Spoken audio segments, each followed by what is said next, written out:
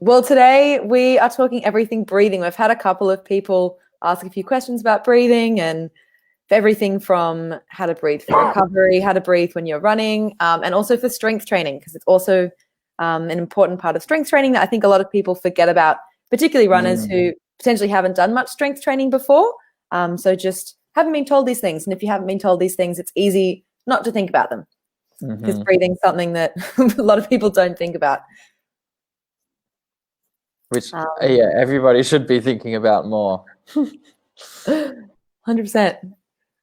So let's jump in. Do you want to start? Do you want me to start? I'll start. I would just like to let people know that if you don't breathe well, you're not going to move well.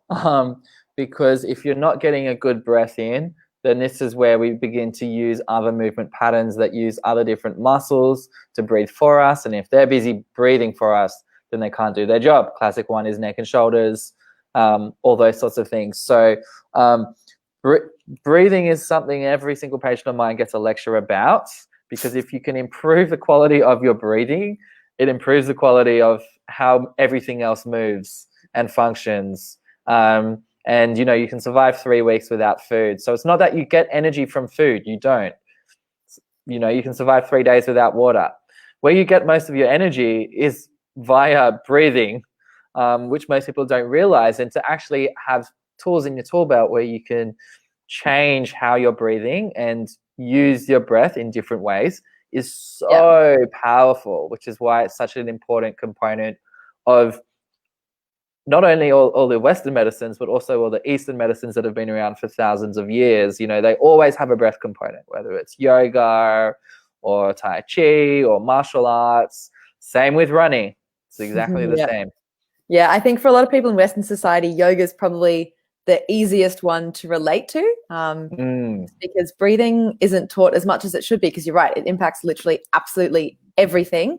I know sometimes if I'm stressed and sort of forget to breathe properly, occasionally if I go see a chiro and osteo and they really focus, same as you were literally just saying, on getting you to stop, slow down, breathe properly, it's amazing. You actually feel all your systems start to re-engage. So your digestive system comes back in, everything starts processing. You can literally hear the difference. So it, just affects absolutely every part of the body's functioning. And for us who are runners, we're obviously trying to optimize our performance as much as possible. So also from a performance and recovery side of things, really important to be optimizing our breathing, to be engaging parasympathetic system, so we can actually be recovering as quickly and as effectively as possible from all of the hard Ks we're putting into our body. As a general rule, our bodies are designed to breathe in and out through the nose. So a lot of people just naturally have formed the habit of breathing in and out through the mouth, but you actually lose a lot of the optimal gas exchange. Without going into the really specific detail, look up a guy called Patrick McEwen if you are interested, or send us a message. We can share some links if you want to get super deep into the stuff. But basically, nose breathing helps deliver nitric oxide to the lungs, blood and cells. With your mouth breathing, you don't get this transfer. So essentially, you're just not optimizing every breath as well as you could be. Important throughout the day is, sorry, you go. Sorry, I was just going to say, they also say you get more diaphragmatic activation when you nasal breathe as opposed to mouth breathe, which means that already you're coming at everything from a more relaxed state rather than coming at it from a more stressed state. Because if you're not activating your diaphragm, then we tend to breathe into neck and shoulders a little bit more. Yeah, nice. And then the last point here is just reminding ourselves to actually stop and breathe. Slow your breath, take controlled breaths in and out through the nose. As we said before, help stimulate parasympathetic nervous system and help your body to start recovering. So I think a lot of us remember to breathe. If you're someone that meditates, that's awesome. It's just great for obviously calming the mind, all those sorts of things, but also as a lot of people focus on breathing while meditating, that's a great way of doing it. When doing yoga, a lot of people notice that last 10 minutes when you really sort of stop and you quite often just lie and try to clear the mind and breathe. Again, people get out of that and they feel so relaxed. And it's again because you just stop and breathe properly. So just some examples which maybe people can relate to a bit more if you haven't thought about breathing very much. And then. Cool. This is a very passionate subject of mine here.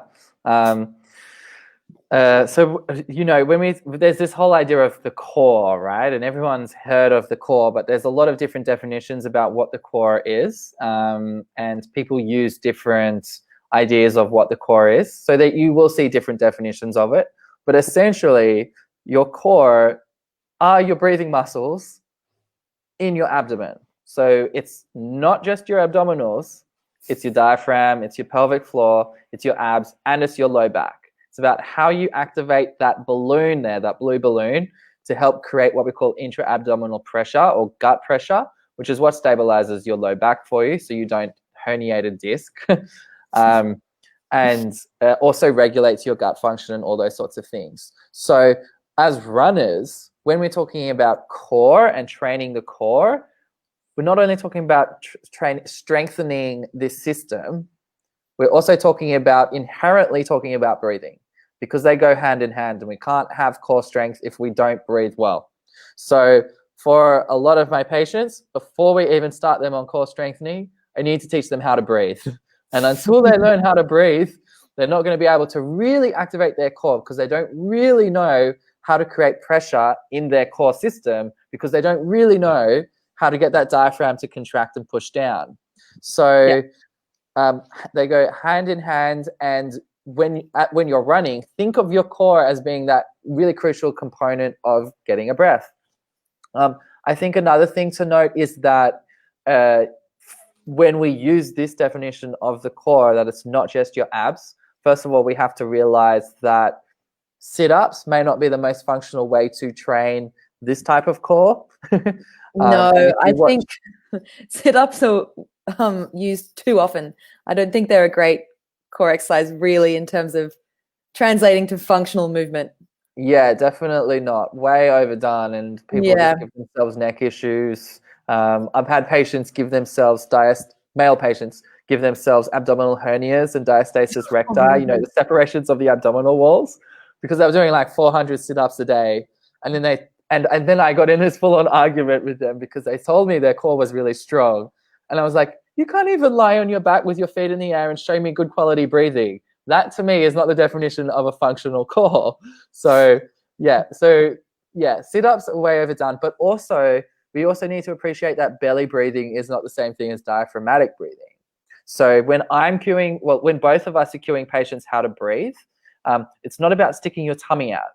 It's about getting the breath 360 degrees, well, not almost 360 degrees all the way around, so that you're feeling the breath on the side wall and around the back, and that the ribs are actually moving in what we call this bucket handle motion, where they go out. And it takes concentration to actually get the diaphragm moving like that. If you're someone that hasn't been concentrating on breathing very much, it does actually take focus. I find often if you just put your hands sort of on your sides and really try to focus on breathing and expanding your hands out, that can be a kind of a useful cue to try to breathe, as Mike said, into the full 360. Yeah, absolutely. Yeah. All right. I'm kicking on. So into the, I guess, practical side of things too. So breathing when running and strength training. Mike, do you want to talk through this one? Sure. So, so now that we know that breathing and core stability work together, appreciate that when you're running, if you've had someone tell you, and you may have heard it from one of us, that we've told you that you need to strengthen your core, it doesn't mean that we're asking you to clench your abdominals in whilst you run. That's just going to make you feel really constipated, and it's not an efficient way to move. And you're not even going to be able to breathe if you're sucking in the whole time. So that's not what we're after. When we're talking about core stability for runners, we're talking about the ability of that system to do two things at once. Firstly, to get a good quality breath, and secondly, to create a relative stable base through your low back, so that you can power through your hip joints. Because the way that muscles work is that they cross a joint, right? So they'll be fixated at one end, and then move through the opposite end. So what we want is the low back to stay relatively still. It's not going to stay completely still. And this is where I have an issue with core stability, because it's not that it gives the people this idea that their back's staying completely still. It doesn't. The pelvis moves, but we want it relatively still as opposed to the hip joint, which is going to do the bulk of the moving, because that's where you have your muscle mass, and the shape of the joint means that that's allowed to go through 360 degrees. So it's a lot more, it has a lot more range of motion freely available to it than the low back, which actually hates too much bending and too much twisting. That's how you do a disc. So when we're talking about core stability for runners, whilst you're running, it's all about breathing, and then it's about creating a stable platform at your low back, and then still allowing some movement, but moving through load share. So there's no one segment working harder than the other, but everyone's working equally to actually generate power for you. And we get a lot of our power through rotation of the pelvis and the spine when we're running. And then lastly, to absorb shock. It's why our spines are shaped like an S. They're not shaped like a C. That would be terrible for shock absorption. But we are born with a C-shaped spine. And then we spend through the first 12 months of life where we do tummy time and we learn to crawl and all these things, where we develop an S-shaped spine. And that's really important for allowing shock to be dispersed through the body and all the impacts that we experience when we're running, particularly at that mid-stance phase of the running cycle, because that's when you're most compressed. So yeah, I think it just opens up this whole conversation about what do we really mean when we're talking about breathing for running, and what is the core really doing for you when you run, because it's not holding you like a plank of wood, essentially. It is moving. Yeah, but definitely. It's moving in such a way that you can breathe, and that everyone's working equally, and that the back isn't working harder than the hip joint and all those sorts of things. Yeah. I think quite often various running coaches also use it as a way of almost cueing people to still stand tall. So rather than, turn your core on so you don't collapse over forward. So by standing tall, you allow yourself to still be in a position to breathe properly. But as you said, I think it's something that is potentially not explained very clearly at all. Yeah, that's a good one. So in terms of, I guess they're all relatively complicated concepts, which we've just discussed, which are very difficult to think about when you're in the movement of running, because obviously there's so many various parts of technique to be focusing on, which is why we always recommend not focusing on everything at once. Pick something, focus on that for a rep, assess how you went, and maybe then focus on something else. Don't try to think about 70 different things while you're running, because you'll just overcomplicate everything. But some tips when you are out running, if you're focusing on your breathing. So 1, use nasal breathing as long as possible. So as we said before, we're meant to breathe as much as possible through the nose. You can actually get up to, if you're trained and utilize the breath properly, to about 90% of max effort through your nose, which is pretty amazing. If you've ever tried to run hard at full effort, I think naturally we just end up breathing in and out through our mouth because it's sort of safe and it's comfortable and it's what we're used to. But just test yourself. See how fast you can actually run in and out through your nose. And I think you'll surprise yourself that you'll get further than you think you would. But again, it's another aspect of training is we can train the breath and we can train ourselves to get better at utilizing every single breath. But the more you do practice breathing in and out through your nose during training, the better your body will actually be at utilizing every breath as you run. And just also on that, because a lot of people tell me, I'm not sure about you, Kate, but a lot of my patients go, oh, I can't nasal breathe, I got really bad sinuses and stuff. Well, actually, there's a lot of things you can do to functionally open your sinuses, such as like using nasal sprays, and the nasal strips are really useful to actually open them. But also, if you exhale all the way out and then hold your breath and don't allow yourself to inhale through your mouth, you will inhale through your nose. And if you repeatedly do that, you will actually feel them open. Yeah, I was I going do to that say all that's the time. I'm a bit stuffy. yeah, it's one of Patrick McEwen's. I know I've said him before. Look up Oxygen Advantage if you are someone who sort of struggles with this stuff. He's got so many exercises on opening up the nasal passageways, and that's exactly one of them. He describes it as you exhale through the nose and then wait till you get to a stage. It's a state of sort of oxygen starvation almost, I think is what he describes it. And at that moment, as you said, make sure you're not breathing through the mouth, breathe in through your nose, and then just do that a couple of times. And it's amazing how clear your sinuses become. If you've got a cold as well, give it a go.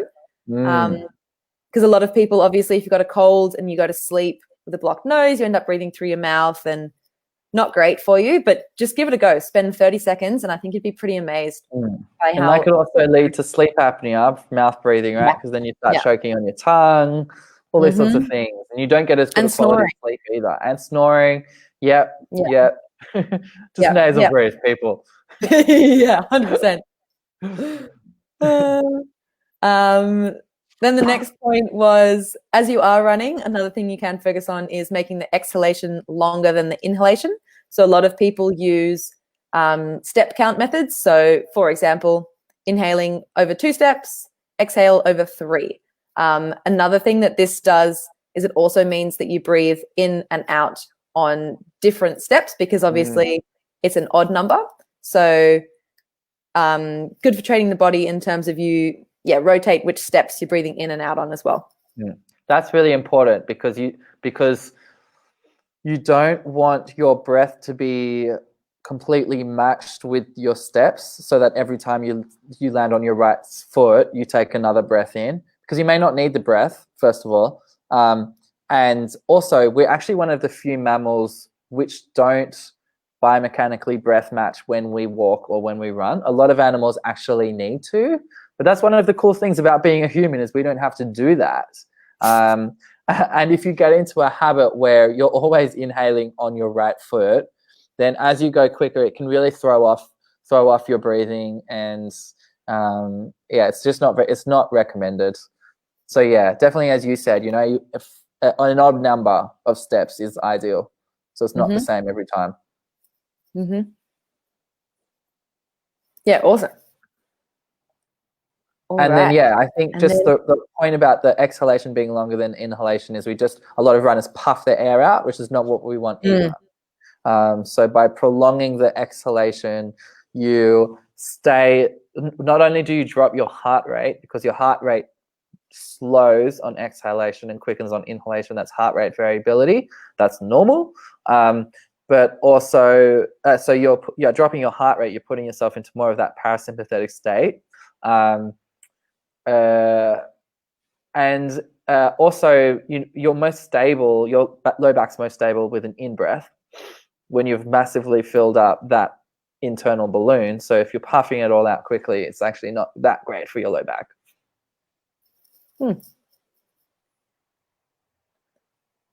And then onto the strength training side of things.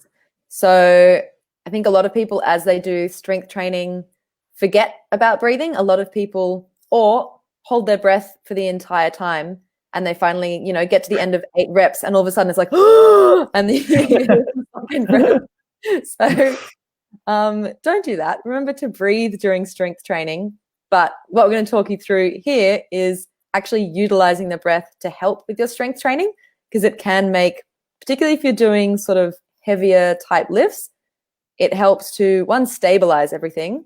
So it actually protects you, but it can really help generate some of the force as well. So I think the main thing to appreciate is that you're most stable when you've taken a maximal inhalation and you've really maximally filled up that internal balloon and you've created maximal intra-abdominal pressure. So when you're lifting heavy, such as less than 10 reps, you want to inhale, heavy inhale into your abdomen to get that diaphragmatic activation happening, activate your core, and then you brace your core on top of that, like you're going to be punched on the tummy. And then you move. Inhale, brace, and then move. And then you can exhale as you're moving back up out of the squat or the deadlift or the lunge or at the top, either or. But yeah, definitely inhale before you move and use the in-breath as to stabilize you. I think that brace phase is important too, because I think a lot of people miss that. And definitely an important part as you do your strength training. And if you do have any questions on that, let us know. But yeah, an important step to remember as well. So we've got a bit of a video on the next slide, which really just talks to all of these 3 phases. So this is actually Mike performing. Here we go. So listen to his breath. You'll hear him inhale, then he'll perform the movement, and then you'll actually hear him exhale as he stands back up again. So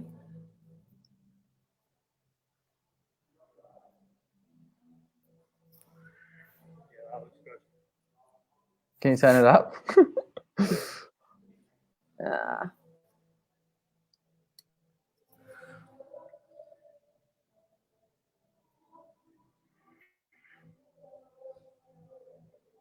Hopefully, can you hear that? Yeah, right. Let's do one more on the other side. I can just hear it. But it's all right. It might be on the thing. Otherwise, we can just post the video as well. We'll post it afterwards as well. So watch it back and, yeah, beautifully using the breath and just helping to stabilize himself before he does the movement and then to get back up again. So just an example of how you'd use those 3 phases during your strength training. Yeah. And it's not sucking in. A lot of Pilates teachers still teach suck in like you're doing up a pair of pants, which is definitely not what we want, particularly when you're doing heavy lifting. You can't breathe if you're sucking in. It's counterintuitive. What they're coming from with that is because a lot of Pilates, from a historical perspective, was all about transverse abdominis activation, which is one muscle that helps create that drawing in motion in your abdomen. However, we know now that the core is more than your abs. So we don't want to just focus on the transverse abdominis because you've got a hell of a lot of other guys that all need to come and work as well. And so you're not sucking in. Actually, you're breathing into your tummy and the diaphragm's lowering down, and you're actually, if anything, it's pushing your stomach out. And then you're bracing like you're about to be punched in the stomach. So important for pelvic floor health as well. Not only for women, but for guys. I see a lot of guys with pelvic floor issues too. Because if your diaphragm never comes down, then your diaphragm never ever cues your pelvic floor to do its job. Your pelvic floor is there to hold up your organs and essentially prevent prolapse or you peeing yourself. But if the diaphragm never comes down, the pelvic floor never gets a cue, so it doesn't really know what to do. So a lot of people have this really tight but weak pelvic floor because it's never really asked to do its job well. So sometimes Kegels aren't enough for pelvic floor rehab. Sometimes people have to actually just learn how to breathe better. So yeah. I was going to say, how would you help people like that? Is that just take them straight back to the breathing basics we were talking about before? Some people, if they have serious pelvic floor issues, may need to do a little bit of a Kegel before they then do a diaphragmatic breath and then a brace. However, for most people, it's just about progressively loading them up to the point where they don't need to do that. So yeah, it's about just taking some load off, really, because we don't really, it's sort of cueing the pelvic floor to do 2 opposite things at once, if that makes sense. Because when you do a Kegel, you're shortening the pelvic floor when the role of the pelvic floor is really to be strong under stretch. So it's some people need it. It's very case by case dependent. But for most people, they don't need to do a Kegel when they're doing heavy lifting. And in actual fact, it would be counterproductive to do it. Not everyone, some people do. If you have pelvic floor issues, definitely go get them assessed. It's not normal to pee yourself on the trampoline. It's common, it's not normal. But yeah, most people, don't need to suck in. You don't want them sucking in when they're doing heavy lifts. That's why they wear a weight belt, so you can breathe out into the weight belt. It's designed to cue that bracing out into the weight belt. Yeah. All right, awesome. And then the last section here is breathing for recovery. As we said, breathing is important for everything, life being one of them, recovery being one of them, which is super important because we put so much effort and time and focus into our training. So as we all know, we've said a bazillion times before, we get strong in recovery. And if we breathe properly, spend some time focusing on our breathing, it just helps us optimize recovery, which just gets us stronger and performing better. So it's worth spending some time focusing on breathing, and also just the benefits to other aspects of your life, such as stress, anxiety, mental health. Your sleep will improve, everything. We can't stress it enough. So basically, as we said before, puts you into that parasympathetic system, allowing you to sleep better. Some tips if you're looking for some breathing exercises to do, if you haven't really done much of this before, is the 1-2-3-1 breathing. So it's simple as inhale for 1, hold for 2 at the top. Then again, that long, slightly longer exhale for 3, and then hold at the bottom again. Again, it's in and out through the nose, making sure that exhalation is longer than the inhalation. And those counts in terms of seconds can be whatever works for you. So it could be as slow as you can manage. Just see what you're up to and how your breathing control is at this point in time, and just try to slow it down as much as you can. Cool. And then, yeah, focusing on the exhalation being longer than the inhalation. And I also like getting people to feel their heart rate.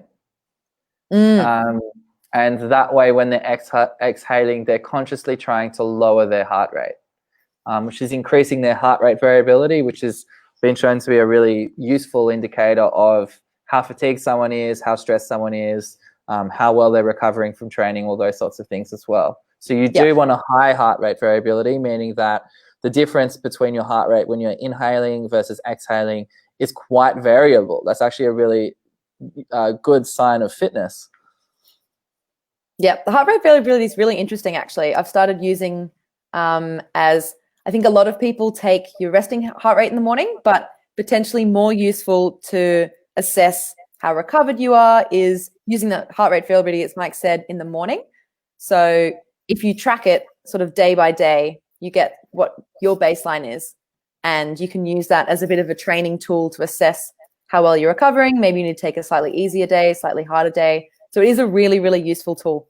And also I think for, I know for me, sometimes I don't think I'm stressed, but then I check my heart rate variability and I'm like, whoa, this is not good. You know what I mean? And it's like, I'm obviously less recovered than I feel. So sometimes it can be useful to have objective measures like that. So, you know, it's not all just your subjective experience of what's going on. Definitely. I think it's all very useful. And it's interesting to see as well what affects you. So sometimes, you know, if you've been drinking or you haven't been sleeping well or you've been just training a lot, you can start to pull a bit of a log together of what affects your body in different ways and how much load you can cope with. So it becomes really interesting and very useful data to really help structure your training. It's crazy how much alcohol affects most people. Oh, it's honestly recovery, like the amount. Yeah, it's so significant. Yeah, I know a lot of people use Whoop.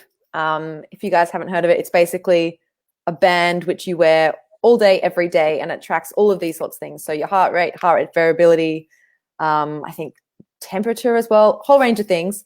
And a lot of people that use the Whoop band say their alcohol consumption plummets because they actually start to see in the data the effect that alcohol has on their body, their performance, their training, their sleep, their stress, everything. So yeah, it's really interesting when you start to dig into it. Yeah, it pays for itself. Yeah. And then the last point here is that when you are doing these exercises, don't slow down so much and hold your breath so long that you get to the state that you are, you know, gasping for the next breath, because then, you know, it just puts you back out of the state that we're trying to get you in. So something to keep in mind as well. Go slow as long as it's, you know, still in a comfortable range. Awesome. And I think yeah, that's it for today. So that's sort of hopefully useful rundown of how to breathe, why it's important to breathe properly, what to think about when running, when doing strength training, when recovering. And if you do have any questions, obviously a lot of that was quite technical.